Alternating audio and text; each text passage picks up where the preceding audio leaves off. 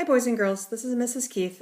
Today I'm going to be reading Chapter 5 of Encyclopedia Brown. I'm not sure where the camera is, I'm not sure where to look, maybe right there. Okay. We're going to be reading Chapter 5 of Encyclopedia Brown. It's called The Case of the Bank Robber. Bank Robber. $3.50, exclaimed Encyclopedia as he finished counting the money in the treasury of the Brown Detective Agency. Business is booming. You should put that money in a bank, said Sally Kimball, whom Encyclopedia had made his bodyguard and junior partner. Money isn't safe in a shoebox. Maybe you're right, said Encyclopedia. Sometimes even shoes aren't safe in a shoebox. It would look awful if a detective agency was robbed. The partners talked it over. They decided to take the money downtown to a bank and start a savings account. It was too far to ride on their bicycles, so they took the bus.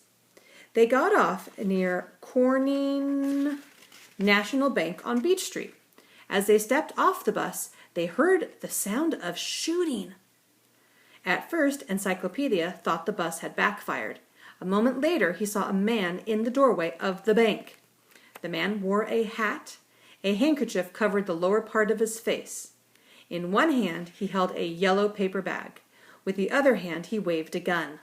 Somebody shouted, "Hold up, hold up!" Then, all at once, everybody was running, trying to get out of the robber's way. The man with the gun turned and fled. In his haste, he did not seem to look where he was going. He ran into a beggar wearing dark glasses and carrying a white cane and a tin cup. I'm going to read that sentence again. He ran into a beggar wearing dark glasses and carrying a white cane and tin cup.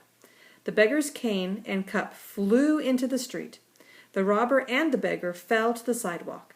They rolled about together for a few seconds before the robber broke away and got to his feet. He raced down the street just as a police car drew up before the bank. Chief Brown and one of his officers leaped out of the car and ran after the robber. "We caught him," said Chief Brown at dinner that night. "He led us on a merry chase, but we got him. The trouble is we can't charge him with the robbery." "But why not?" Mrs. Brown demanded. "Yes, Dad, why not?" Encyclopedia asked. "Wasn't the money he stole in that yellow paper bag he was carrying?" Chief Brown laid down his fork. "Do you know what we found in that yellow bag of his?" "Money? No, a loaf of white bread. He resisted police officers, but I don't know how long we can keep him in jail." "Are you sure you caught the right man, Dad?" Encyclopedia said. "We'll have a hard time proving it," said Chief Brown. "No one can identify him, and nobody saw the robber's face. He wore a handkerchief over his nose and mouth, and his hat was pulled down over his forehead and his eyes.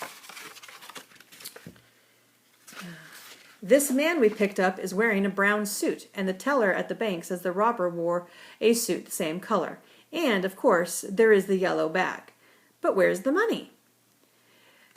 "Does the man you picked up have any distinguishing features?" Encyclopedia wanted to know. "Well, he had a pug nose and a scar running down one cheek. But remember, no one saw the robber's face," said Chief Brown. "I can hold him in jail overnight for resisting a police officer, but that's about all." "I never saw a beggar in Idaville before today," said Encyclopedia thoughtfully. "Oh, the blind man," said Chief Brown. "He seems like a nice old fellow. He calls himself Blind Tom. I hated to tell him it's against the law to beg here." "The poor man," said Mrs. Brown. "Won't the Salvation Army help him?" "Yes," replied Chief Brown, "but he said he likes being on his own. He promised to leave town tomorrow." "Where's he staying?" asked Encyclopedia. "At the Old Martin Inn," answered Chief Brown. One of those buildings in the road down by the railroad tracks. Why do you ask? Have you got an idea about this case, Leroy?" "No," mumbled Encyclopedia. Mrs. Brown looked hurt. She had come to expect her son to solve a case before dessert. After dinner, Encyclopedia walked over to Sally's house. "I have to work this evening," he said. I may need you. You want to come?" "Oh, boy, do I!" Sally sang out. The sky was growing dark as the two detectives rode their bicycles down a dingy block west of the railroad station. "Who lives here?" asked Sally as Encyclopedia stopped in front of a run-down hotel. "Blind Tom, the beggar. He'll be leaving town tomorrow. That's why we have to see him this evening." "Do you think he can help us?" asked Sally. "I think so. A blind man sees with his hands," replied Encyclopedia. "Remember how the beggar rolled with the robber on the sidewalk? If he felt the robber's face through the handkerchief, he might know him again." "I get it," said Sally. "If he could feel the man's face again, he might know whether the man you caught really is the robber." "Right," answered Encyclopedia. "Gosh," said Sally, "I hope he hasn't left town yet." Inside the hotel, the desk clerk gave the two young detectives some help. Blind Tom lived alone. His room number was 214. Sally and Encyclopedia climbed the dark, creaky stairs to the second floor. They knocked on the door numbered 214. Nobody answered. "Look, the door's not shut," whispered Sally. "Shall I?" Encyclopedia nodded. Sally pushed the door till it swung open so that they could look into the room. The room was small and shabby. Against the far wall stood an iron bed. A small reading lamp cast its light upon a copy of the Idaville Daily News that lay open on the pillow. Is that a clue? Who's reading a newspaper? The blind guy? Suddenly, the tapping of a cane sounded in the hall. Tap, tap, tap. Blind Tom came up behind Sally. "Is someone here?" he asked. "I haven't had a visitor in a long time." "I wasn't expecting anyone tonight, but it's nice to have you." He lifted his cane. "Won't you come in?"